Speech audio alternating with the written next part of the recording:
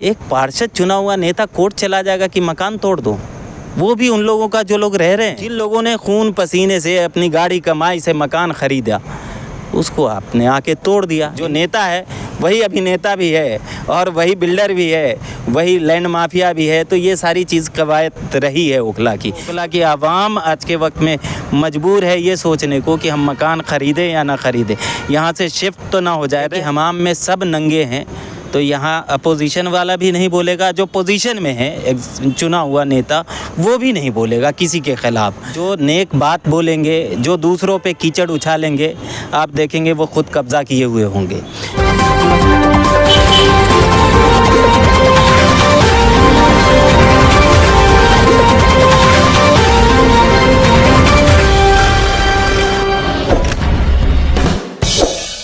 दोस्तों, north India का मुसलमान जब दिल्ली आने की सोचता है, यहाँ शिफ्ट होने की सोचता है, तो सबसे पहले उसे ख्याल आता है ओखला का।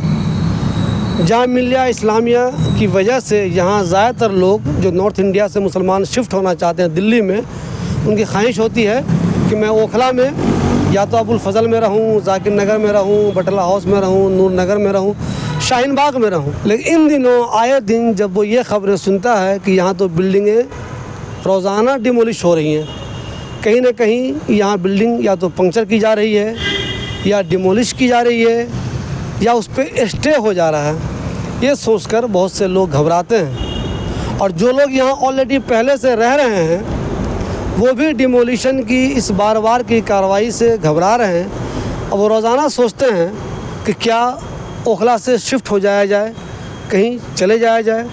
मैं आपको एक चीज़ क्लियर कर दूं, बिल्डिंग जो डिमोलिश होती है या जो स्टे होता है उस पर या पंक्चर की जो कार्रवाई होती है, मैं जहां तक समझता हूं उसकी 3 वजह है।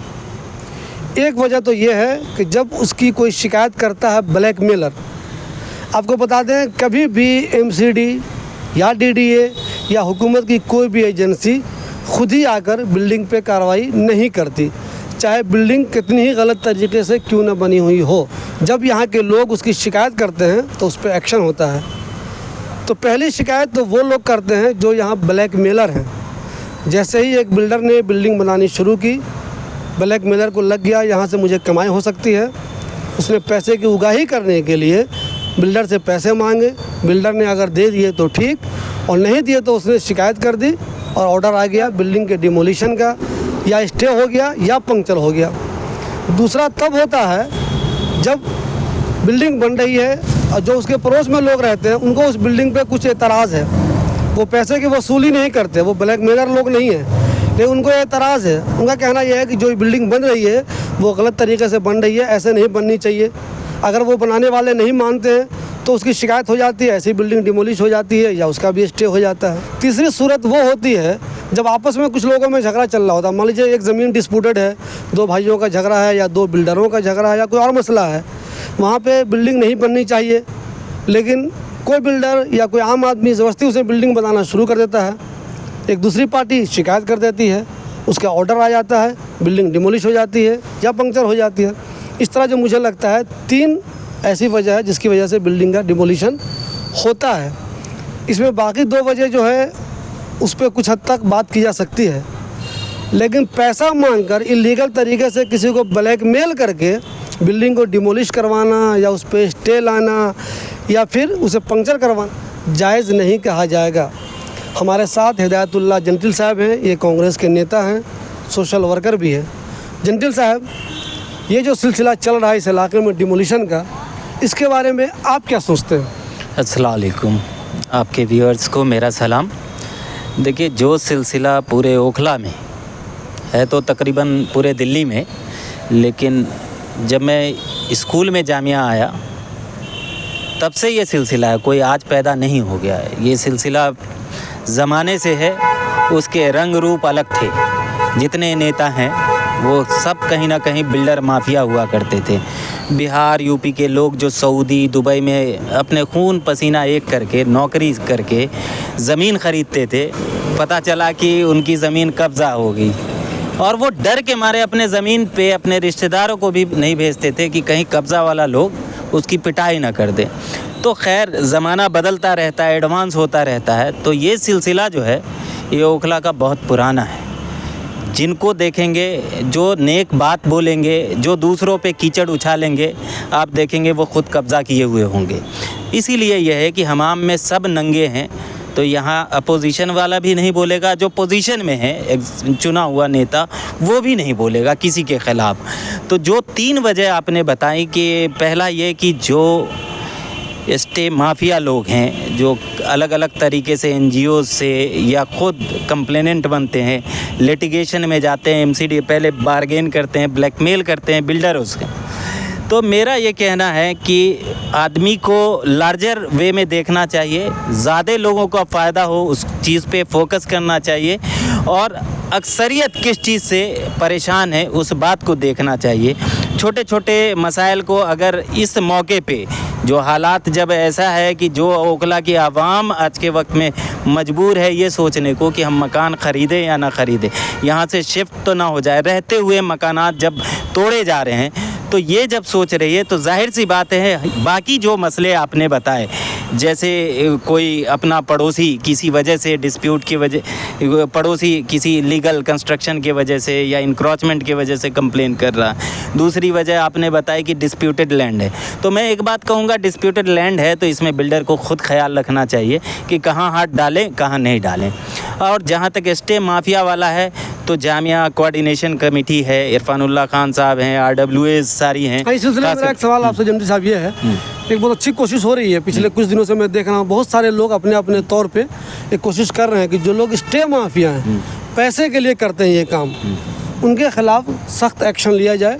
अब बहुत सारे लोग इसमें धीरे धीरे काम कर रहे हैं, इरफान साहब कर रहे हैं और लोग भी, दूसरे लोग भी कर रहे हैं। तो एक अच्छी चीज़ ये होने वाली है कि ये लोग कैंडल मार्च का भी प्लान कर रहे हैं, एक मार्च निकालना चाहते हैं। तो इस सिलसिले में मैंने आपकी पोस्ट भी देखी है फेसबुक पे, तो इस बारे में कहें, मुझे बताइए कि जो लोग एकजुट हो रहे हैं ऐसे लोगों के ख़िलाफ़, उसमें क्या कहेंगे आप? तो वही मैं कहना चाह रहा था कि आप देखिए कि बहुत सारे लोग इस पे काम कर रहे हैं और वो ढूंढ के कागज़ों में ला रहे हैं, कोर्ट से ला रहे हैं कागज़ निकाल के, MCD के दफ्तरों से जो है कागज़ निकाल के ला रहे हैं। और उसमें कौन लोग निकलते हैं? वो लोग जो यहाँ के माफिया हैं और नेताओं के यहाँ जाके बैठते हैं, या कुछ नेताओं का भी नाम आ रहा है। तो मेरा ये कहना है, अभी मैं आज एक वहाँ कंचन कुंज में डेमोलेशन हुआ है और कल भी होना है, परसों भी होना है। ओखला विधानसभा का ही एरिया है वो। आप सोचिए कि वहाँ वो मदनपुर खादर ईस्ट होता है, वार्ड काउंसलर है उसका परवीन कुमार, सोनू चौहान नाम है उसका। वो खुद रिट पिटीशन दाखिल करता है कोर्ट में। आप सोचिए, पब्लिक रिप्रेजेंटेटिव, आम आदमी पार्टी का काउंसलर, और वो कोर्ट में अर्जी लगाता है कि अनऑथराइज कंस्ट्रक्शन है। तो सवाल ये होता है कि अगर पब्लिक रिप्रेजेंटेटिव लोगों से वसूली करने लगे, महीने का पैसा बांधने लगे, दुकानदारों से भी हो रहा है यहाँ खूब, और इस तरीके की कार्रवाई खुद आगे बढ़ के करने लगे, आवाम क्या करेगी? या हम जैसा सोशल वर्कर, हम पब्लिक रिप्रेजेंटेटिव चुने हुए नेता तो नहीं हैं, या हमारे जैसे कुछ और साथी भी जो हैं, लेकिन जब आवाम का चुना हुआ इलेक्ट्रल पॉलिटिक्स में जिसको आवाम ने नेक नियति से वोट दे के जिताया, वो सीधा कंप्लेनेंट आपकी बिल्डिंग का किसी भी वजह से, मैं 10 गलतियां समझ सकता हूं, बिल्डरों की हो सकती है, डिस्प्यूट की हो सकती है, MCD की कमियां हो सकती है, लेकिन उसके बावजूद भी जीता हुआ काउंसलर क्या कोर्ट चला जाएगा अनऑथराइज कंस्ट्रक्शन को लेके? आप सोचिए, आज 13 तारीख है रिट पिटीशन लगी हुई थी सोनू चौहान की, जो परवीन कुमार नाम है उसका, और वो पार्षद है आम आदमी पार्टी का। तो ये जो आज आम आदमी पार्टी कहती थी कि MCD में हमको दे दो, हम क्या से क्या बना देंगे, जहाँ झुग्गी वहाँ मकान, और किसी का मकान नहीं टूटेगा, जो जहाँ है वैसे रहेगा, वही MCD तो है। तोड़ कौन रहा है? MCD ही तो तोड़ रही है। किसकी है वो? आम आदमी पार्टी की। जल्दी साहब, मेरा एक सवाल ये है, आपने खदर की बात की, ये अबुल फजल, जाकिर नगर, बटला हाउस, शाहीन बाग, यहाँ के बारे में भी बहुत से लोग जो यहाँ के नेता हैं उनके बारे में भी बहुत से लोग कहते हैं, हम नाम चुके इसलिए नहीं लेंगे, इनमें से किसी भी आदमी के पास उन लोगों के ख़िलाफ़ कोई सबूत नहीं है, उन्होंने मुझे कोई सबूत दिखाया नहीं है। लेकिन यहाँ लोग कहते हैं आमतौर पर कि यहाँ जो नेता हैं, मुसलमान नेता, उनमें से भी कई लोग ऐसे हैं जो इस तरह के काम में इन्वॉल्व हैं। हमारे पास कोई सबूत नहीं उनके खिलाफ, लेकिन लोग कहते हैं कैसे। तो मुझे ये बताइए, जब नुमाइंदा ऐसा काम करने लगेगा तो बेचारा आम लोग क्या भरोसा करे, किस पे भरोसा करे? देखिए शिबली भाई, मैं उस तरीके का लुच्चा नेता तो नहीं हूँ कि किसी का नाम ले लूँ। हकीकत सबको पता है कि कौन कब्जे पे बैठा है, किसने किसका कब्जा कर रखा है, कौन वसूली कर रहा है, कौन पैसा मांग रहा है, पार्किंग वाले के पास कौन, ये सब जानते हैं। उस पर मुझे कोई टिप्पणी करने की ज़रूरत नहीं है। सवाल ये है कि मैं जो आपको दिखा रहा हूँ, आपकी आवाम को, आपके व्यूअर्स को, ओखला की आवाम को ख़ास करके, ये रिट पिटीशन है, ये कोर्ट का कागज़ है। ये जो कागज़ मैं दिखा रहा हूँ, आप इसको जूम करके देख सकते हैं। ये मैं दिखा रहा हूँ, ये कोर्ट का है। इसे हम डाल देंगे चैनल पे, आप देखिए। तो इसमें परवीन कुमार जो है कंप्लेनेंट है। कंप्लेनेंट तो खैर क्रिमिनल में है, रिट पिटीशन दाखिल किया है और चूँकि वो कोर्ट चला गया है, आज एमसीडी ने कार्रवाई की और मकान को तोड़ क्यों किया उन्होंने? और आप नुमाइंदे हैं, आप ही शिकायत कर रहे हैं, उल्टा आप पे लोग भरोसा कर रहे हैं। यही मैं कह रहा हूँ, क्यों की वजह तलाश करनी होगी। क्यों हम सभी लोगों को, चाहे वो नेता हो, चाहे सोशल वर्कर हो, चाहे ये वहाँ बिल्डर हो, तो हम लोग क्यों वगैरह सोच तलाश करने से ज़्यादा क्या होता है कि धीरे धीरे हम लोग खुद माफिया बन जाएंगे। तो जो लोग आज इन माफियाओं के ख़िलाफ़ हैं, सबसे पहली तो गुजारिश मेरी ये है, चाहे मैं हूँ, चाहे मेरे और साथी हैं, चाहे RWS को लोग हैं, कि आगे आने वाले वक्त में आप खुद ही ना किसी के पार्टी बनने लगे। क्योंकि यहाँ अक्सरियत में ये देखा गया है कि आप संवारते खुद ही उसमें शामिल होने लगे हैं। जो नेता है वही अभिनेता भी है और वही बिल्डर भी है, वही लैंड माफिया भी है। तो ये सारी चीज़ कवायद रही है ओखला की। तो मैं ये कह रहा हूँ कि यहाँ चूँकि उसको पैसे नहीं मिले होंगे बिल्डर से, अब तो उसमें लोग आके रह रहे हैं। अब सोचिए कि बिल्डर तो चला गया, जिन लोगों ने खून पसीने से अपनी गाड़ी कमाई से मकान ख़रीदा, उसको आपने आके तोड़ दिया। एमसीडी किसकी है? आम आदमी पार्टी की है। और उसका चुना हुआ पार्षद, चाहे मैंने आपको पहले ही कहा कि किसी भी वजह से एक पार्षद चुना हुआ नेता कोर्ट चला जाएगा कि मकान तोड़ दो, वो भी उन लोगों का जो लोग रह रहे हैं। क्यों यहाँ पे RWA कहाँ है, समाज कहाँ है, सोसाइटी कहाँ है, आपस के सोशल लोग कहाँ हैं जो आपस में सुलह ना कर पाएँ? अगर कोई मसला है तो ये सारी चीज़ें RWS वगैरह क्यों हैं, समाज क्यों हैं? कोर्ट तो बहुत आगे की चीज़ है। जब बिल्कुल ही कुछ नहीं संभल रहा है तब आप कोर्ट में जाएं। तो मेरी यही गुजारिश है कि हम लोग जिस मुहिम को लेके चल रहे हैं, मेरी बहुत दिल से गुजारिश है और नेताओं से और सोशल वर्कर से अपील है कि जो मुहिम है वो बहुत बड़ी मुहिम है और इसमें सभी लोग आगे आए हैं, ये बहुत बड़ी बात है। मैं फिर कह रहा हूँ कि उन नेताओं को संभलना चाहिए कि जो लोग खुद चुने हुए हैं और ख़ुद ही कंप्लेनेंट हैं, तो इन सारी चीज़ों का ख्याल रखना चाहिए।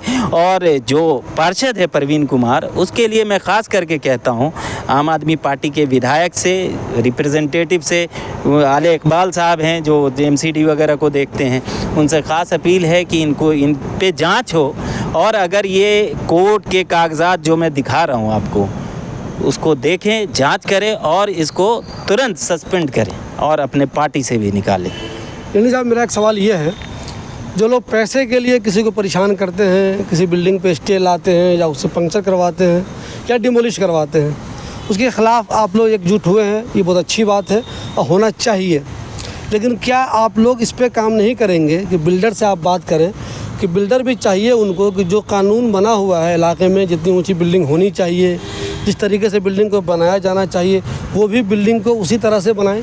बिल्डरों की एक मजबूरी है, वो कारोबारी है, दो पैसे एमसीडी में खर्च करता है बिल्डर, ये लैंड माफियाओं को देता है, थाने में देता है, हर जगह खर्च करता है। चूँकि सारे ओखला के बिल्डर्स जो हैं कहीं ना कहीं एक दूसरे के जान पहचान के, उनसे मेरी गुजारिश है कि काम ऐसा करे जिससे पब्लिक, जो आने वाले वक्त के जो भी युवा पीढ़ी है, जो रहने वाले लोग हैं, वो दुआएं दें।